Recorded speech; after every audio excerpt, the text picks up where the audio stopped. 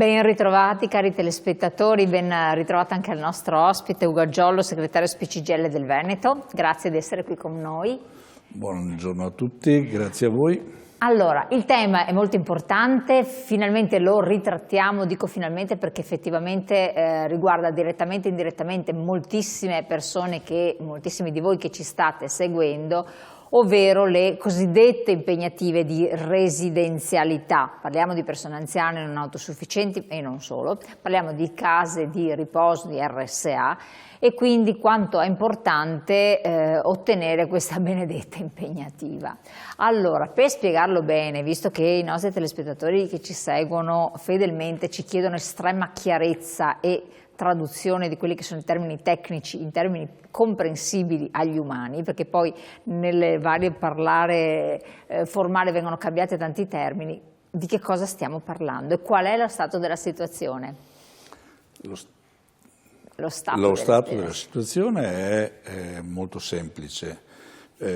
Noi abbiamo in Veneto un numero di anziani che sta per fortuna aumentando, perché l'aspettativa di vita sta aumentando, e però abbiamo tanti anziani che a un certo punto diventano sostanzialmente non autosufficienti. Abbiamo qua anche una slide che dà dei numeri sostanzialmente. Esatto, secondo la relazione sociosanitaria della Regione del Veneto di quest'anno, del 2025, gli over 65 non autosufficienti superano i 260.000.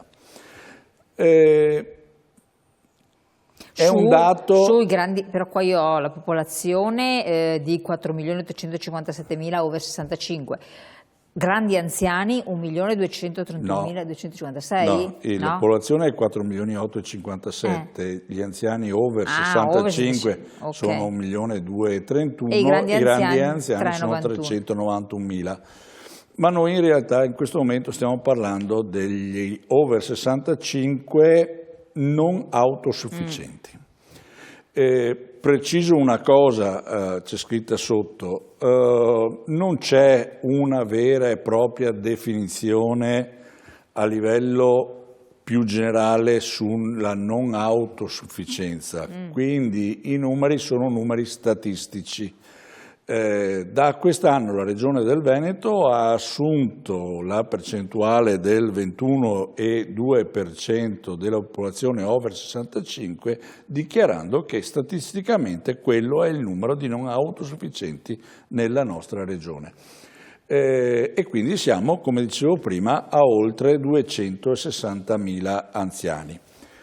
È evidente che sia per la nostra impostazione, sia in termini generali, la prima scelta che viene fatta è quella di avere dei servizi territoriali che permettano all'anziano di rimanere nella propria residenza, nella propria famiglia.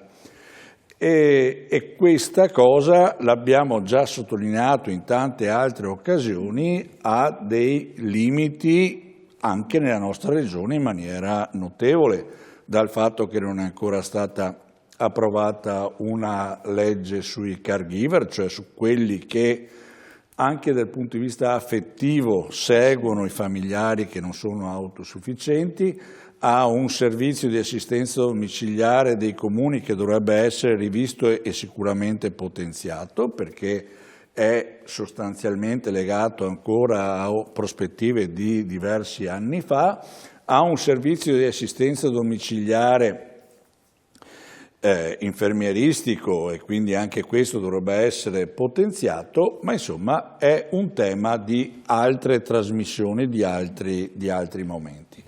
Adesso noi stiamo parlando invece di quelle che sono le condizioni degli anziani che non trovando più una risposta presso la loro abitazione sono costretti, tra virgolette, ad entrare in una casa di riposo, in una RSA, in un centro servizi, a seconda delle varie definizioni, ma la sostanza è questa.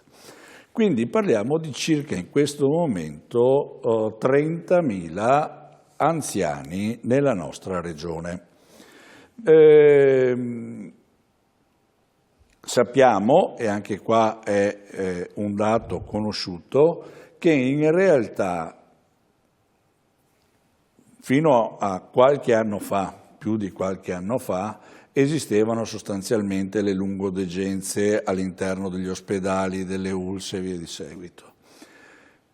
In questi anni le lungodegenze di fatto sono diventati i centri servizi, le RSA, le residenze sanitarie, dove appunto non entrano più per la gran parte anziani autosufficienti, entrano anziani che sono ormai in una condizione di non autosufficienza molto, molto avanzata. Cosa vuol dire questo? Che è cambiata anche la stessa conformazione dei centri di servizio, delle case di riposo, che devono far fronte a queste condizioni. Tanto è vero che una statistica che abbiamo ci dice che ormai gli anziani che entrano in un centro di servizio molto spesso ci entrano per un periodo abbastanza limitato di tempo. Non abbiamo più le condizioni degli anziani che entrano in un centro di servizio e ci stanno 10 anni. Abbiamo una condizione in cui purtroppo questo vale per qualche mese, forse un anno. È evidente che quando queste persone entrano nei centri di servizio vi è una retta da pagare. La retta da pagare è stabilita nella buona sostanza da quello che è il gestore dei centri di servizio, nel senso che... Dalla casa di riposo, insomma. Sì, dalla casa di riposo. Che sia pubblico o che sia privato, da questo punto di vista non fa differenza, nel senso che sta al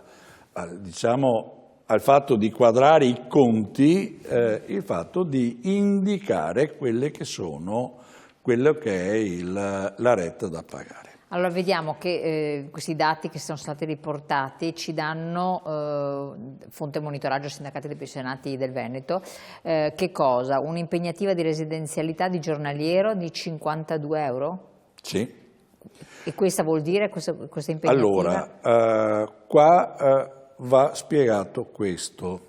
In base è evidente che appunto chi entra nelle case di riposo nella condizione di non autosufficienza in realtà ha bisogno anche di prestazioni sanitarie, non ha semplicemente bisogno di una prestazione alberghiera, altrimenti probabilmente se ne starebbe a casa propria. La normativa, che è una normativa di qualche anno fa, di una decina di anni fa, prevede che la retta della casa di riposo, nel caso naturalmente l'anziano abbia la scheda SVAMA che dice che è non autosufficiente, dovrebbe essere al 50% pagata tramite la quota sanitaria e al 50% pagata tramite la quota alberghiera. Quota sanitaria che è a carico, dovrebbe essere a carico della Regione, è a carico della Regione, quota alberghiera che è a carico dello stesso anziano o dei familiari o, nel caso non sia in condizione, del comune. Anche questa è una discussione che si sta aprendo, ci sono nel Veneto ma non solo nel Veneto, anche in Piemonte, anche in Lombardia, una serie di sentenze che hanno messo in discussione sia dal punto di vista della patologie dementigine, in particolare Alzheimer, per capirci, il fatto che però sono altamente invalidanti. Sì. E sia per quanto riguarda a chi compete il pagamento, se semplicemente con il reddito dell'anziano oppure anche con il reddito dei figli, della famiglia e via di seguito, ma questo è un altro tema che dovremmo affrontare, o meglio, che dovrà affrontare la legislazione nazionale, perché sta diventando oggettivamente un problema estremamente serio. Perché i comuni si trovano investiti di una responsabilità economica di non poco conto. Esatto, e quindi bisognerà decidere che non sia la magistratura a decidere di volta in volta cosa fare, ma dovrà essere evidentemente una norma nazionale che lo stabilisce. Dicevo, per quanto riguarda invece il resto, il 50% della tariffa dovrebbe essere a carico della Regione. Oggi la Regione spende circa 560 milioni, se non vado errato, per far fronte a questo dato. Quindi vuol dire, ritornando a quella slide che avete parlato con gli importi, impegnativa di residenzialità sono 52 euro al giorno che li mette la Regione, la retta media con l'impegnativa è di 63 euro, senza impegnativa è di 91 euro. Sì. Quindi vuol dire che mensilmente una famiglia, se non ha senza impegnativa, arriva a pagare quanto? 2.730? Allora, senza impegnativa arriva a pagare una media intorno ai 2.800 euro. Tenete conto che questi sono dati che risalgono all'anno scorso, quindi stiamo facendo in questi mesi, i dati sono unitari, non sono solo nostri del CGIL, ma sono unitari CGIL e CISOWIL. Stiamo facendo un'ulteriore verifica ed è emerso che c'è stato all'inizio di quest'anno un ulteriore incremento che in alcuni casi vale l'1%, in alcuni casi è arrivato al 10% in qualche casa di riposo rispetto appunto alla retta. Dicevo, senza impegnativa andiamo intorno ai 2.800 euro al mese, con l'impegnativa, come si vede, arriviamo quasi a 2.000 euro al mese. Certo, capito. Ed è questa la questione che noi stiamo ponendo, una delle due questioni che noi stiamo ponendo è esattamente questo, e cioè che negli ultimi 3, 4, 5 anni è aumentato quanto viene richiesto alle famiglie, tanto è vero che siamo arrivati a 64 euro medi l'anno scorso, in realtà quest'anno arriveremo ai 66-67 euro medie al mese, mentre quanto paga la Regione, cioè i 52 euro, sono fermi da alcuni anni. E quindi questo porta sostanzialmente a non rispettare quello che è il dettato della legge, che parla del 50 e il 50, nel senso che le famiglie stanno pagando anche una parte che secondo noi dovrebbe essere a carico della Regione. Allora, però io dico, adesso c'è la pubblicità ma voglio soltanto dire questo, ma se a carico del sistema pubblico della Regione c'è la parte sanitaria e la Regione ti dice sì, tu paghi di più perché c'hai energia elettrica, perché i pannoloni costano di più, perché il cibo costa di più, questo non è sanitario, questo è residenziale. Mentre la parte sanitaria che viene gestita dalla Regione, questo è il prezzo, non so, farmaci, non so quale parte sia sanitaria, il prezzo è rimasto fisso, perché poi di fatto nelle strutture i prezzi sono aumentati perché per l'energia elettrica, il riscaldamento, il raffrescamento, tutte queste belle robe qui. Sono molte le quote per cui sono aumentate, diciamo, le rette. Sono per gli approvvigionamenti, così sono come per fortuna per il personale, per altre questioni. Il tema non è questo, il tema è che l'indicazione del 50% è un'indicazione forfettaria. Viene già calcolata, quindi non è solo sanitaria, è forfettaria. È forfettaria. La legge, poi abbiamo una slide. Poi lo guardiamo, adesso infatti, quindi è un'indicazione forfettaria, questo è importante. Sì. Allora, dopo rimarchiamo anche il discorso dei posti letto dell'RSA nei vari territori, perché anche quello è importante, l'abbiamo passato rapidamente. Qualche secondo, poi restate con noi.